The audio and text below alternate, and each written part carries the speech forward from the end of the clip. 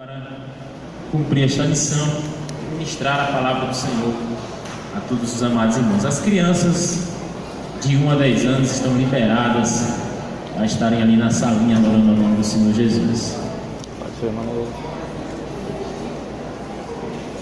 Nós estamos estudando as cartas de Paulo aos Coríntios e hoje não vai ser diferente. Nós vamos estar dando continuidade. Nós vamos estar estudando o capítulo de número 8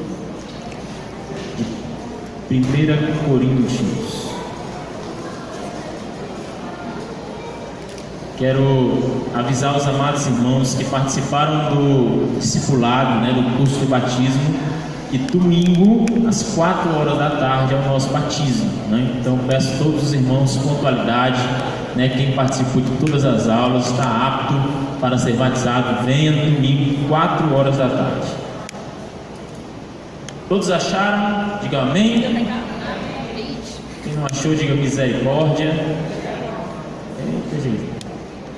1 Coríntios, capítulo 8. Nós vamos ler a partir do versículo 1. Como já foi dito aqui, irmãos, essas quintas-feiras nós sabemos que não são temas populares, não são temas que mexem tanto com as nossas emoções, mas são temas que são necessários para a nossa vida cristã, são princípios que precisamos dar valor, entender e aprender. E temos convicção que os que estão participando dessas quintas-feiras estão saindo daqui mais crentes, estão saindo daqui mais firmados na palavra de Deus, pois estamos ensinando aquilo que Deus colocou no nosso coração. Diz assim o texto bíblico: no que se refere aos alimentos sacrificados aos ídolos, reconheço, como dizes, que todos nós temos pleno conhecimento. Porém, esse tipo de conhecimento produz orgulho, mas o amor nos faz crescer na fé. A pessoa que imagina conhecer alguma coisa ainda não tem a sabedoria que necessita. Todavia, quem ama a Deus, este é conhecido por Deus.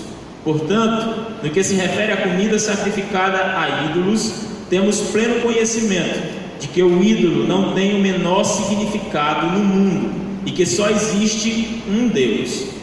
Pois, ainda que haja os chamados deuses, quer no céu, quer na terra, como de fato há muitos deuses e senhores, para nós, contudo, há um único Deus, o Pai, de quem tudo procede e para quem vivemos, em um só Senhor, Jesus Cristo, por intermédio de quem tudo o que há veio a existir, e por meio de quem também vivemos. No entanto, nem todos conhecem essa verdade. Alguns, ainda acostumados com os ídolos, comem esse alimento como se fosse um sacrifício idólatra, e como a consciência deles é frágil, deixam-se contaminar. Ora, não são os alimentos que nos fazem aceitáveis diante de Deus. Não nos tornaremos piores se não comermos, nem melhores se comermos. Contudo, tendes cuidado, para que o exercício da vossa liberdade não se torne um motivo de tropeço para os fracos. Porquanto, se alguém que tem a consciência fragilizada vir a ti, que tens este conhecimento, comendo à mesa no templo de ídolos, não será induzido a se alimentar do que foi oferecido em sacrifício a ídolos? E assim, esse teu irmão mais fraco, porque Cristo também morreu, é destruído pelo teu conhecimento. Portanto, quando pecas contra teus irmãos, desta maneira, ferindo a consciência fraca deles, pecas contra Cristo. Concluindo, se o alimento que eu como induz meu irmão a pecar, nunca mais comerei carne, a fim de que não seja eu a causa do pecado dele. Amém, irmãos? Curva sua cabeça, ore comigo em nome de Jesus. Maravilhoso Deus, nós te damos graças por este momento na tua casa, Senhor Deus, onde estamos aqui para aprender mais da tua palavra. Que o Senhor possa abrir o nosso entendimento, Senhor Deus, e que essa palavra possa penetrar, Senhor Deus, em nossa mente e em nosso coração. Esse é o meu pedido em nome de Jesus. Amém. Amados, no capítulo 8, nesses versos que lemos, nós vemos a instrução de Paulo do cuidado de Paulo aos coríntios por uma situação ou por um problema que estava havendo naquela igreja.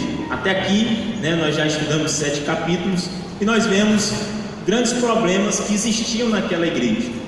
Nós já aprendemos aonde era localizada aquela igreja, numa cidade chamada Corinto, uma cidade idólatra, uma cidade que recebia influência total de Atenas, uma cidade também que era voltada a ídolos, voltada a deuses pagãos.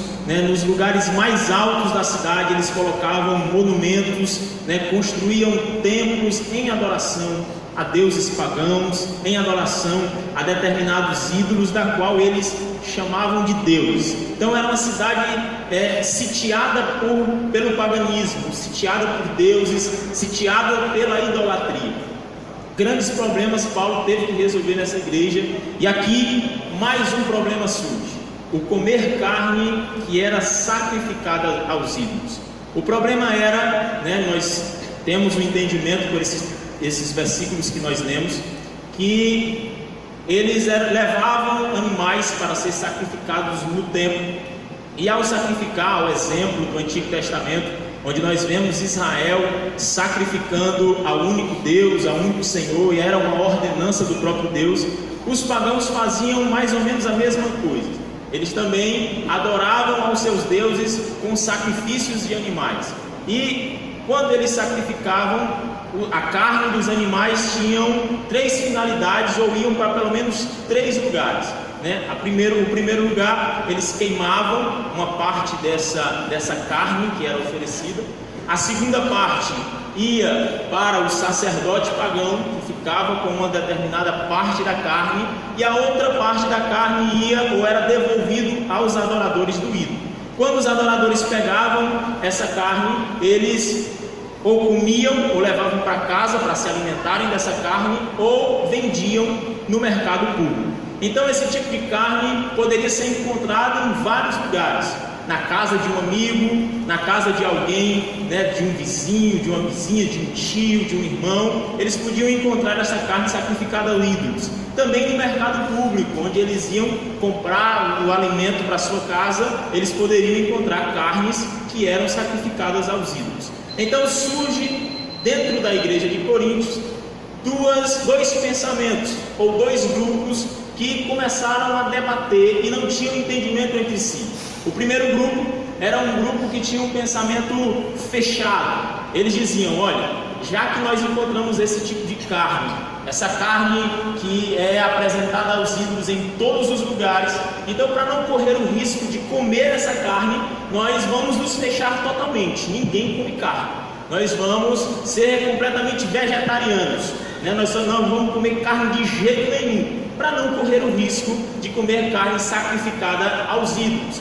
Mas se levanta um outro grupo dizendo: que nada, que besteira é essa, negócio de não comer carne? A gente tem que comer carne mesmo, porque os ídolos, eles não são nada, eles não são deuses de verdade. Então não existe problema algum a gente se alimentar desta carne. Não existia um pensamento comum, e Paulo teve que advertir a igreja sobre esse pensamento. E ele começa no versículo 1 e versículo 2 elogiando os coríntios e dizendo: olha, sobre este assunto vocês têm pleno conhecimento, vocês têm um conhecimento necessário, um conhecimento verdadeiro, e eu elogio vocês por isso. Porém, o conhecimento de vocês não está levando ninguém a lugar nenhum, ao contrário, o conhecimento de vocês está levando alguns irmãos ao tropeço, está levando alguns irmãos a terem dificuldades de adorar ao Senhor. Nós vemos que Paulo chama esses 2 grupos. O primeiro grupo,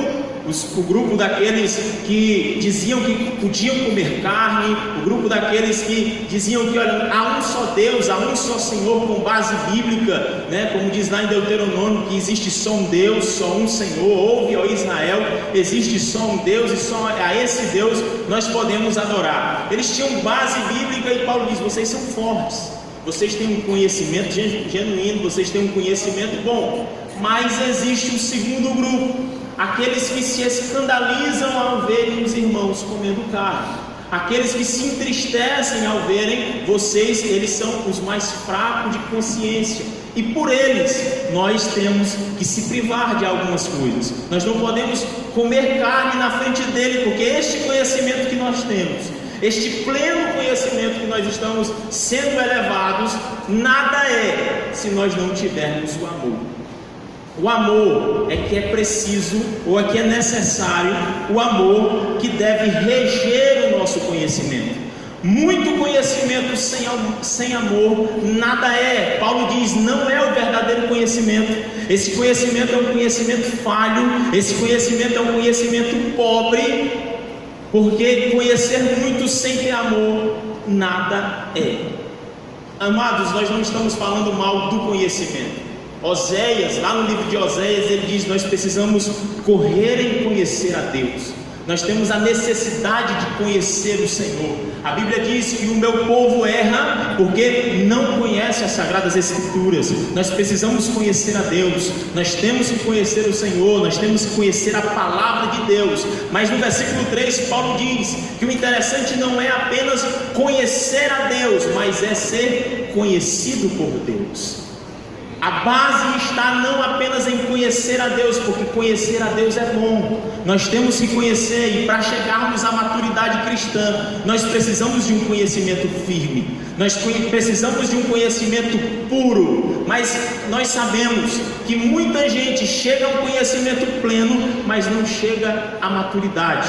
Então Paulo diz, ei, não é apenas conhecer a Deus, mas é colocar o amor acima de tudo que nós conhecemos. O interessante não é apenas conhecer, mas ser conhecido de Deus. Aí nós lembramos de um texto onde Cristo fala lá em Mateus capítulo 24, que muitos nos últimos dias, que muito naquele dia, no dia do juízo final, chegará até o Pai e dizer, Senhor, eu te conheço, porque no teu nome eu batizei, no teu nome, Senhor, eu expulsei demônios, no teu nome essas pessoas tinham um pleno conhecimento do Pai, tinham um pleno conhecimento de Cristo, um pleno conhecimento das Sagradas Escrituras. Mas disse Jesus que naquele dia ele vai olhar para eles e vai dizer, apartai-vos de mim, maldito, porque eu não vos conheço. Queridos, a base do nosso cristianismo precisa ser o amor, aleluia, porque amando a Deus, nós nos fazemos conhecidos de Deus. Você conhece a Deus, amém? Mas o mais interessante é ser conhecido por Deus. É o nosso nome, está escrito no livro da vida. Louvado seja o nome do Senhor. Muitas das vezes nós estamos correndo à procura do conhecimento, nós estamos correndo à procura de conhecermos plenamente a teologia, que não é errado, precisamos conhecer, mas estamos nos esquecendo do amor. Estamos nos esquecendo de amar os nossos irmãos como amamos a nós mesmos. Amar a Deus sobre todas as coisas e ao nosso próximo como a nós mesmos. Estamos nos esquecendo disso, assim como os coríntios estavam fazendo. Eles estavam chegando ao pleno conhecimento, mas estavam desprezando os seus irmãos. E nós vemos, queridos, que o conhecimento da qual Paulo estava dizendo que os coríntios estavam chegando, estavam tendo, esse conhecimento não estava levando eles para a vida, mas estava levando eles a ter soberba, a ter orgulho, a se orgulharem de si mesmo. Onde há soberba, não há o verdadeiro conhecimento. A soberba intelectual nos afasta de Deus. Quem pode se inchar ou quem pode se orgulhar diante de um Deus altíssimo, diante de um Deus soberano, diante de um Deus poderoso? A questão não é apenas conhecer, mas ser conhecido por Deus. O crente, e nós vemos aqui as respostas de Paulo quanto a essa situação. O que fazer? Comer carne ou não comer carne? O que nós temos que fazer? O que a gente pode fazer? Paulo então responde aos coríntios. Essa situação não era um problema fácil de se resolver. Não era uma questão tão simples como a gente acha que é simples. Paulo, ele utilizou de 3 capítulos para ensinar aos coríntios sobre essas questões. O capítulo 8, onde nós estamos começando hoje, ele apenas começa, é o ponto de partida a ensinar sobre essa situação. Mas nós vamos ver isso no capítulo 9, e nós vamos ver Paulo fechando isso com chave de ouro no capítulo de número 10, lá para o versículo 31, ele fecha a explicação sobre a carne sacrificada. O crente pode comer carne? Como eu disse, eram 3 lugares que eles podiam encontrar carne sacrificada aos deuses. O primeiro lugar era no templo, diante dos deuses pagãos, diante da idolatria dos coríntios. Então Paulo responde a isso dizendo: não, o crente não pode comer carne sacrificada a ídolo dentro do templo.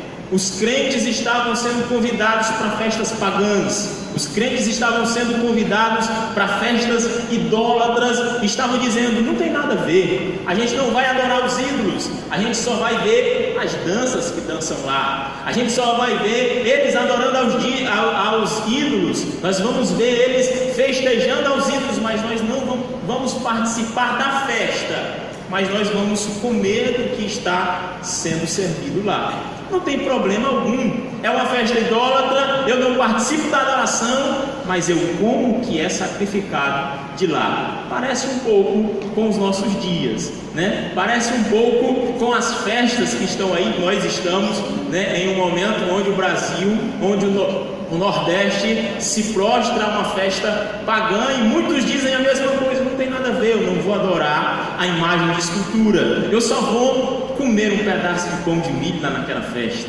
né? Eu só vou comer uma pamonha, não tem nada a ver. Paulo responde dizendo aos coríntios, dizendo: não, vocês não podem comer desses alimentos que é oferecido dentro do templo idólatra, pois o ídolo nada é, porém o que está por trás do ídolo são demônios. Isso ele fala lá em 1 Coríntios, capítulo 10, versículo 20. Vocês estão certos, os ídolos não são nada, eles são apenas de barro, eles são apenas de ferro, de pó, são nada, mas o que opera atrás dos ídolos são demônios perigosíssimos, e aquele que sacrifica a ídolos está sacrificando a Satanás, está sacrificando a demônios, e vocês não podem se misturar, né, dentro dessas festas, dentro desses sacrifícios. Então, Paulo proíbe o comer carne dentro do templo pagão. Segundo, na casa de um amigo, né?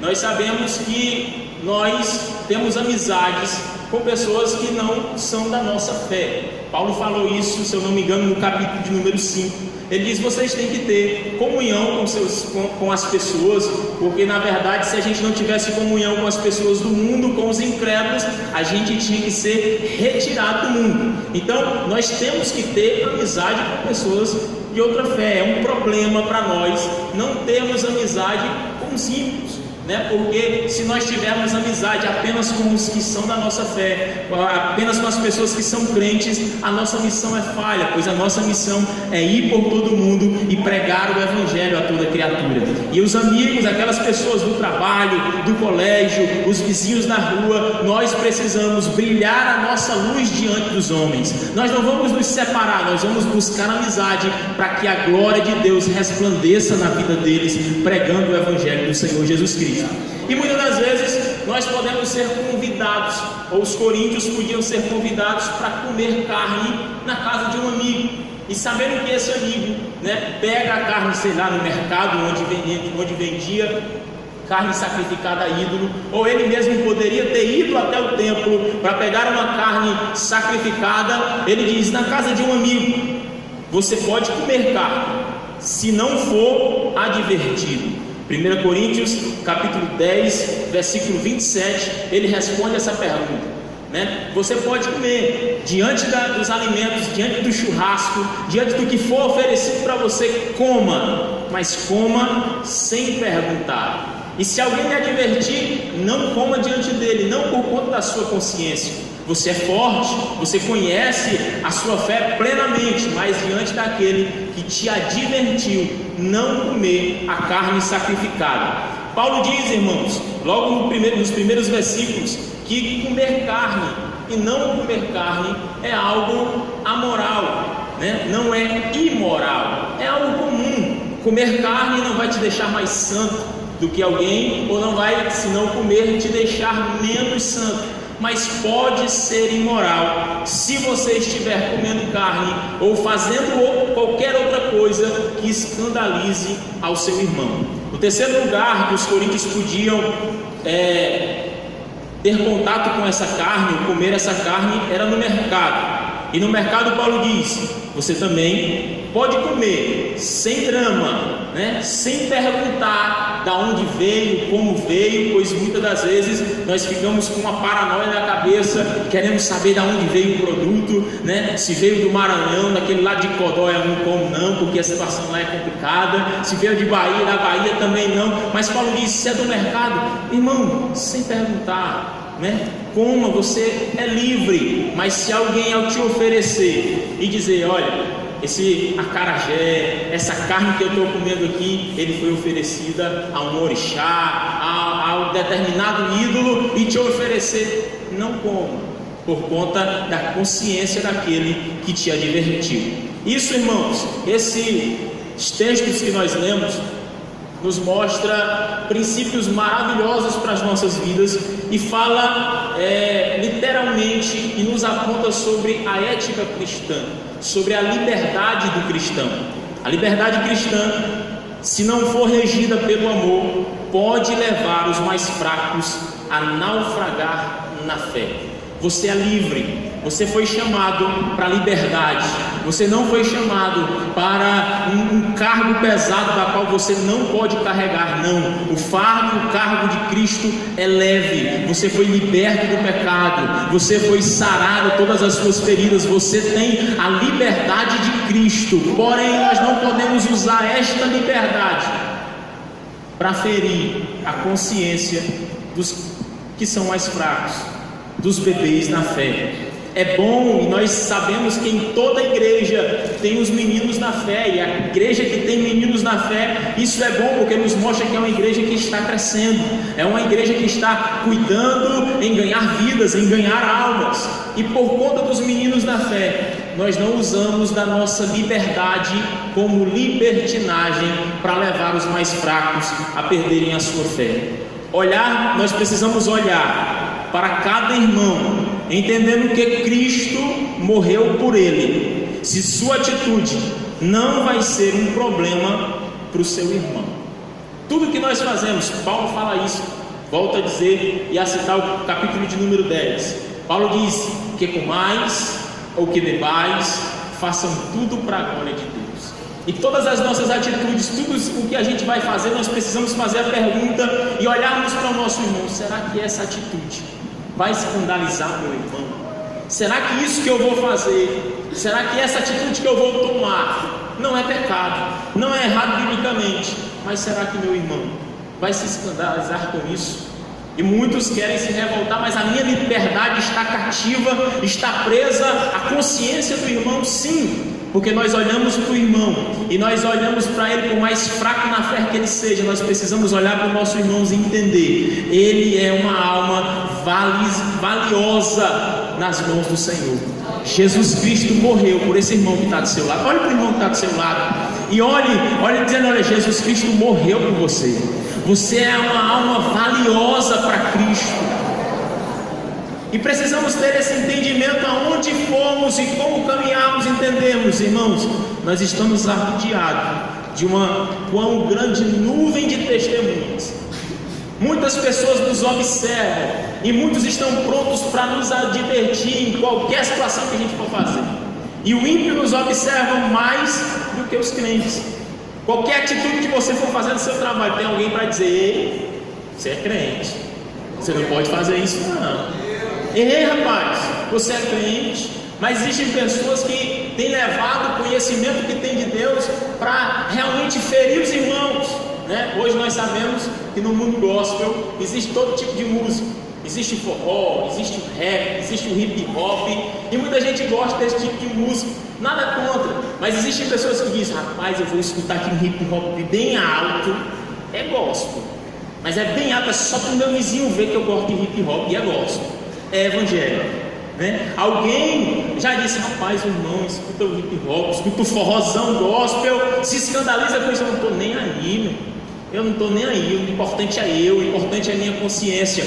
Paulo nos deixa um princípio nesse versículo 8. Não é por isso, não podemos nos mostrar com a nossa liberdade, não podemos nos mostrar com o conhecimento que Deus nos deu, porque existe os mais fracos na fé, e nós temos a responsabilidade de cuidar das pessoas. Nós temos a responsabilidade de amar as pessoas. Poxa, meu pastor, mas ele está falando coisas que não tem nada a ver com a Bíblia. Irmãos, ele é mais fraco. Nós temos a responsabilidade de alimentar esse irmão, né, de fortalecer ele na fé, para que ele chegue ao pleno conhecimento. Paulo também nos deixa o princípio que, quando escandalizamos ou fazemos o irmão pecar, ferindo a sua consciência, você não está pecando contra o irmão, mas você está pecando contra o próprio Cristo. Quando escandalizamos a consciência de um irmão, quando ferimos um irmão, isso nós vemos lá no capítulo 9 de Atos dos Apóstolos. Quando Cristo tem um encontro com Saulo, a palavra de Cristo para Saulo é: Saulo, Saulo, por que você persegue a minha igreja? Foi assim? Por que você está perseguindo os líderes da minha igreja? Por que você está perseguindo os meus pastores? Saulo, por que você... Não, Saulo estava ferindo a igreja, Saulo estava perseguindo a igreja, mas Cristo se revela a Saulo dizendo: Saulo, por que você está me perseguindo? Por que você está me ferindo? Por que você está indo contra a minha igreja? Queridos, quando nos levantamos, quando escandalizamos alguém, quando perseguimos um irmão, nós estamos perseguindo o próprio Cristo. É por isso que o princípio que Paulo nos deixa é o amor. Conhecimento sem amor nada é. O que precisa reger a nossa vida cristã, o que precisa reger o nosso conhecimento é o amor ao próximo. Precisamos cuidar do nosso irmão, precisamos amar, alimentar ao invés de criticar, porque muitos estão se levantando nesses últimos dias para criticar a igreja, para se levantando, porque a igreja está morta, porque a igreja perdeu o seu alvo. Nós estamos vendo sim que nós estamos em uma situação difícil, nós temos o conhecimento que sim, nós estamos em um momento de esfriamento espiritual, mas eu creio que a igreja não está morta, a igreja está apenas dormindo, e Jesus Cristo está vindo a caminho para ressuscitar a sua igreja. Aleluia! Assim como ele foi a caminho quando ouviu um sacerdote chamado Jairo dizendo: ei, aleluia, a minha filha está morta, a minha filha está doente, a minha filha está ferida. Prontamente Jesus Cristo se levantou para ir em direção àquela casa e ressuscitar a filha de Lázaro.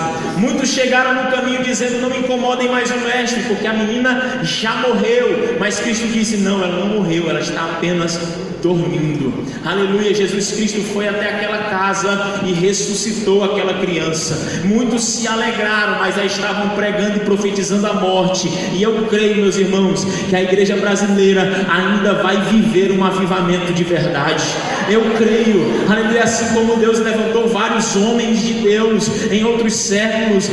Nós vemos, aleluia, nós estávamos falando de um livro, Heróis da Fé, onde nós vemos grandes homens que foram levantados por Deus, que foram instrumentos do Senhor para trazer o avivamento aonde eles moravam. Eu acredito que o Ceará ainda vai experimentar um grande avivamento bíblico do Senhor Jesus. Aleluia! Mas para isso, irmãos, nós temos que crer, nós temos que acreditar e viver os princípios bíblicos, amar o nosso próximo como a nós mesmos. Esse é um dos maiores princípios bíblicos, isso é um dos maiores princípios da palavra de Deus. Nós temos liberdade, nós conhecemos a Deus, mas nós nos alegramos não porque nós conhecemos a Deus, porque Deus nos conhece. Nós nos alegramos não porque os demônios nos submetem, não porque os demônios são expulsos. Nós cremos que aonde a gente vai, a gente pisa o nosso pé, os demônios têm que bater em retirada, têm que sair em nome de Jesus, porque está conosco o nome do Deus de Jacó. Louvado seja Deus! Mas nós não se alegramos simplesmente por isso, nós nos alegramos porque o nosso nome está escrito no livro da vida. Nós nos alegramos porque brevemente a trombeta vai tocar, aleluia, e um povo vai ser, aleluia, transformado, vai ser arrebatado e vai se encontrar com Cristo na glória. Essa é a nossa alegria, essa é a nossa força, aleluia.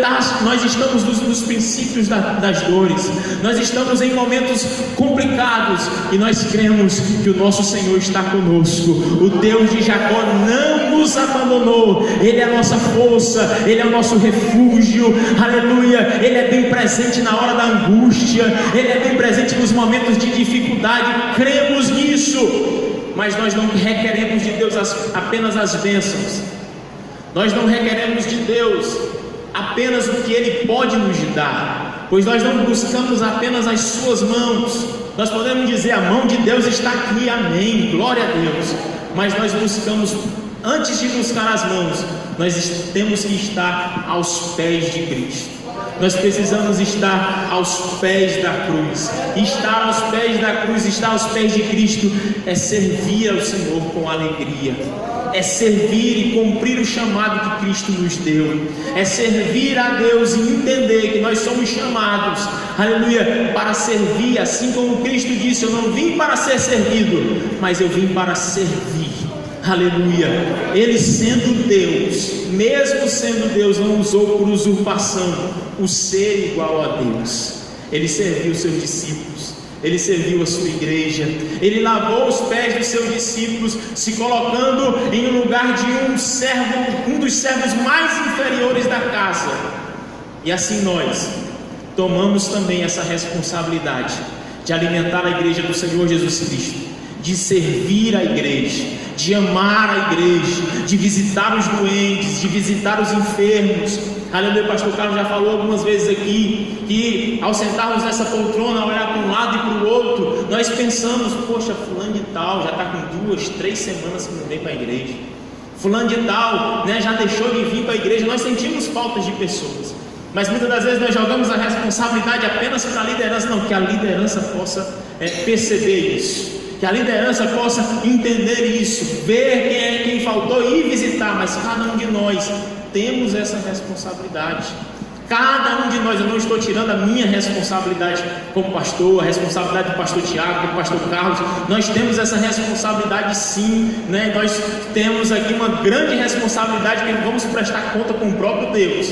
Mas cada cristão precisa entender que tem essa responsabilidade de amar o seu próximo, de cuidar do seu povo. Nós vivemos e temos que entender o sacerdócio universal, né? Cada um de nós somos sacerdote de Cristo. Nós não precisamos mais de sacerdote que chegue até a Deus. Nós somos sacerdote e temos responsabilidades com a igreja, temos responsabilidade com o corpo de Cristo, e precisamos tomar esta responsabilidade, não requerendo de Deus apenas as bênçãos, mas também as responsabilidades. Ser crente, irmão, é simples, mas requer de nós sacrifícios. Paulo diz: não tem nada a ver você comer carne, mas se escandaliza seu irmão, deixe de comer carne. Pastor, mas é tão bom uma picanha, mas é tão bom uma maminha, oh rapaz, assada. Irmãos, mas se escandaliza, eu falo de carne, como está descrito na Bíblia, mas qualquer outra coisa, faça um sacrifício. Se escandaliza o seu irmão, por amor ao irmão mais fraco. Deixe de comer, deixe de fazer totalmente, por amor ao seu irmão, né, ao mais fraco na fé, que ao ver se escandaliza. Essa é a nossa responsabilidade. Fique de pé em nome de Jesus.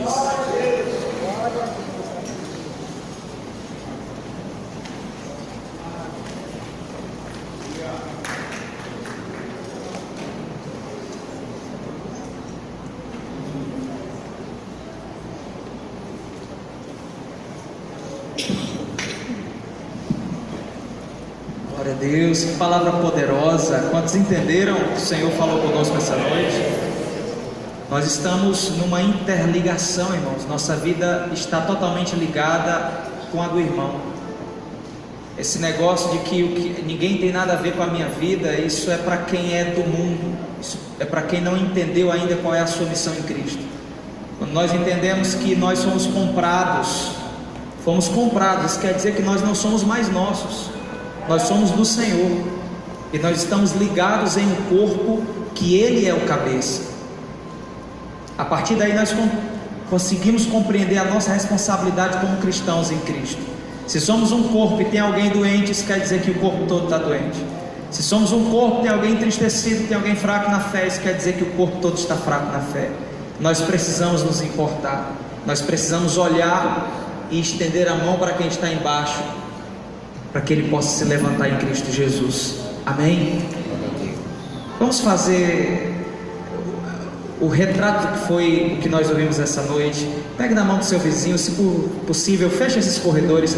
Pegue na mão do seu vizinho, forme uma aliança, não uma corrente, porque Cristo já quebrou as correntes. mas forme nesse momento uma aliança de interligação.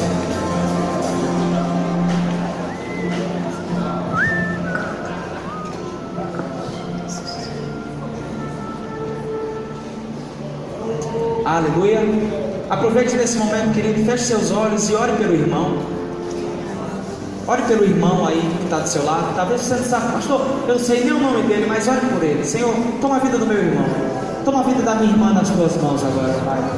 Alcança ele nesse momento, Senhor. Ajuda meu irmão nesse momento, Pai. Senhor, o teu filho e a tua filha têm as suas necessidades, têm as suas lutas, têm os seus problemas, os seus desafios, têm, ó Deus, os seus percalços no dia a dia.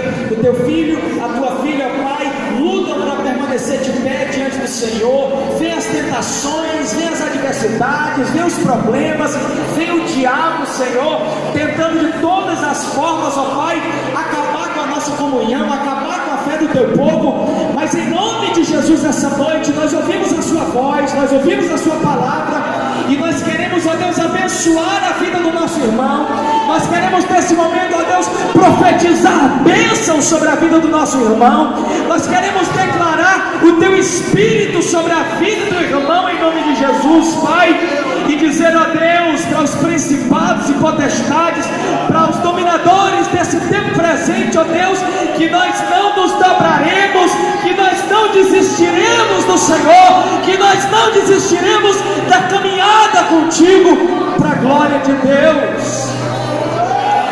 Em nome de Jesus, Senhor, se alguém essa noite que entrou aqui fraco na fé, se alguém que entrou aqui essa noite, ó Deus, triste, desanimado, nós queremos te pedir em oração, que o Senhor possa fortalecer a fé do teu filho, fortalecer a fé da tua filha, no nome de Jesus.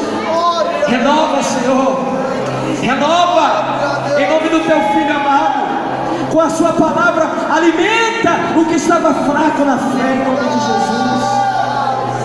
Aquele que havia se escandalizado por alguma coisa, por algum problema, aquele que estava com dúvidas a respeito da sua fé, a respeito da palavra de Deus, a respeito do tipo de cristianismo que algumas pessoas têm professado.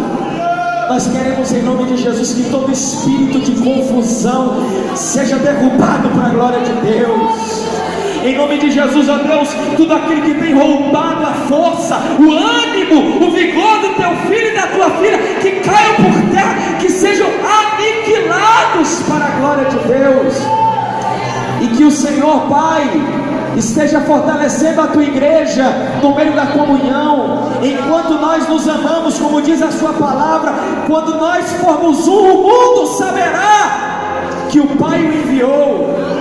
E nós estamos aqui essa noite, ó Deus, para dizer, ó Pai, que nós acreditamos no poder da comunhão, que nós acreditamos no poder da adoração coletiva, e é por isso que nós estamos aqui em plena quinta-feira, lutando contra o cansaço, lutando contra o desânimo, lutando contra a frieza. Nós estamos aqui para dizer que nós acreditamos no poder da comunhão. Querido, levante a mão dessa pessoa que está do teu lado e glorifique ao Senhor nessa noite, em nome de Jesus, e adore a Ele na beleza da santidade dele nesse lugar. O coração do Pai, coração regenerado, coração transformado, coração que é inspirado por Jesus. Como fruto desse novo coração, Eu declaro a paz de Cristo. eu declaro a paz de Cristo. Te abençoe. Abençoe alguém que está perto de você. Pegue na mão de algumas pessoas e diga: te abençoe em nome de Jesus. Nossa comunhão, somos corpo e assim me ajustado, Totalmente ligados, unidos, vivendo em amor, somos uma família, sem qualquer falsidade, vivendo a verdade. a glória do Senhor. A família vivendo compromisso do grande amor de Cristo. Eu preciso de ti, querido irmão, precioso és para mim, querido irmão. Só igreja, somos corpo. Somos corpo. Totalmente ligados. Unidos, vivendo em amor. Uma família sem qualquer falsidade, vivendo a verdade, expressando a glória do Senhor. Uma família vivendo um compromisso do grande amor de Cristo. Diga isso para quem você puder dizer: eu preciso de ti, querido irmão, precioso és para mim, querido. Eu preciso de ti.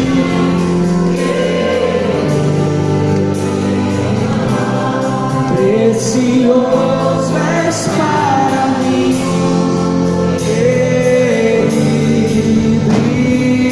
irmão. Amém? E pé mesmo, nós já estamos finalizando. Eu quero saber se essa noite há alguém que deseja entregar a sua vida a Jesus. Esses cultos de quinta-feira, eu comecei a perceber que a gente não estava fazendo apelo nele. Sabe, e alguém até chegou para mim e disse uma coisa: pastor, essas mensagens nos pequenos grupos, elas estão sendo muito boas, porque elas estão instruindo as pessoas, mas por outro lado, ela é pouco evangelística, porque essa é a ideia que a gente tem, né? A ideia que a gente tem é que a mensagem evangelística é apenas aquela que diz: ah, Jesus te ama. Mas a revolução que foi feita do cristianismo no mundo inteiro foi feita anunciando essas pregações. Se o que está distante de Cristo, por ainda não ter uma vida direcionada a Ele, exclusiva para Ele, não consegue compreender a vontade de Deus por mensagens como essa, acho difícil entender por outro tipo de mensagem. Nós precisamos pregar mais isso. É por isso que nas quintas-feiras nós decidimos pregar essas mensagens. E olha o que é que Deus está fazendo toda quinta-feira. Eu ainda vou ver, irmão, essa igreja tão lotada nas quintas-feiras como era nos domingos, irmão. Alguém que deseja entregar a sua vida a Jesus hoje nesse lugar? Alguém que por acaso esteja distante do Senhor, distante do Evangelho, e por ouvir a palavra de Deus, ela vivificou no teu coração e mostrou para você que você precisa estar mais próximo do Senhor. Se há, glória a Deus, se há mais alguém, aproveita e vem cá também receber oração como o nosso irmão Paulo. Se há mais alguém, aproveita esse momento para nós orarmos juntos em nome de Jesus. Vamos orar? Estenda a sua mão para cá. Deus amado, querido, nós queremos apresentar a vida do irmão Paulo nas tuas mãos. Sua palavra diz que a fé ela vem pelo ouvir e ouvir a palavra de Deus. Teu filho ouviu, como todas as quintas e domingos a tua palavra tem sido ministrada aqui, nas segundas-feiras também, Pai.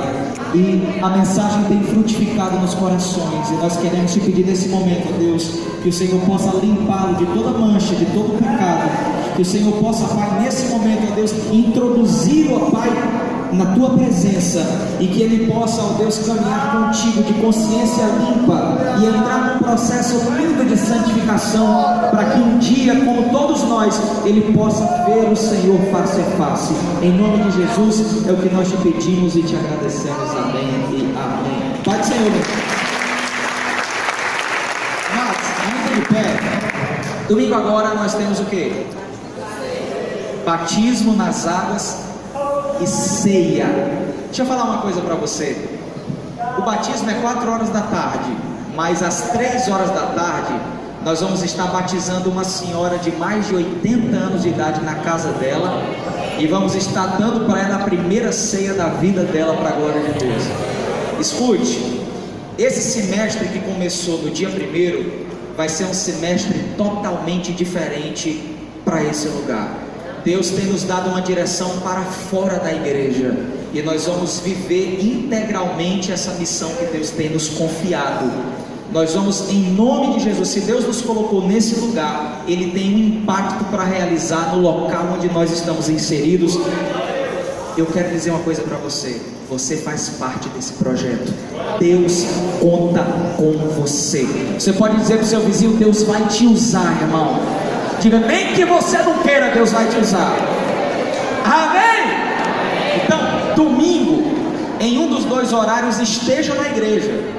Esteja na igreja. Aniversário, marca para outro horário.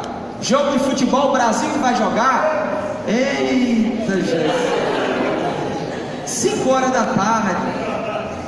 Pastor, eu gosto de assistir um jogo de futebol. Beleza, tem culto de manhã, então vem pro culto de manhã. Aí tu fica e assiste o futebol lá à noite. O que importa é que você precisa adorar a Deus. Deus tem que ser prioridade na minha e na sua vida. Amém, irmão? Deus tem que ser prioridade na minha e na sua vida. Amém? Futebol fica para depois. A gente vai saber do resultado de todo jeito quando acabar o jogo.